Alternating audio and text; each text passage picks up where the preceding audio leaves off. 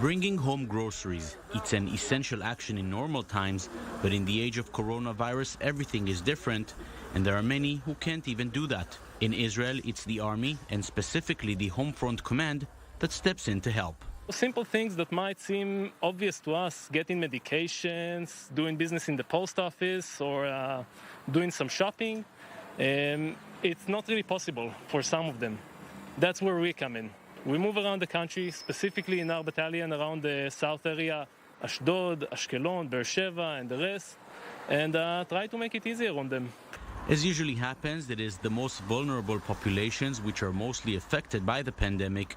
The older population is especially at risk, many times feeling forgotten, but not this time. Every morning, the people here tell us exactly what they need, and the soldiers go out and buy it for them. We know it is not very easy, but the soldiers always bring us exactly what the people here are asking for. The Home Front Command is meant to deal with the civilian aspects of military action. Most of the time, that involves search and rescue operations, which is what they're mostly trained for. What they're doing now is quite different. We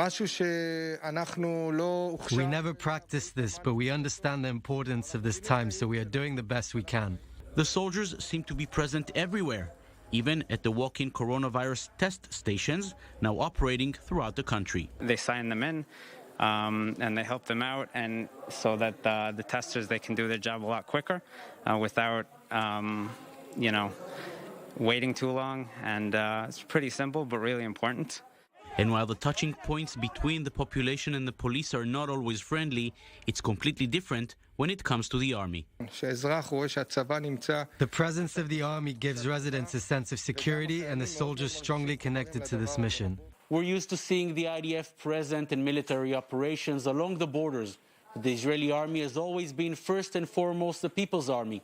And in this sense, the assistance it provides to the civilian sector during the coronavirus crisis is perhaps one of its finest hours.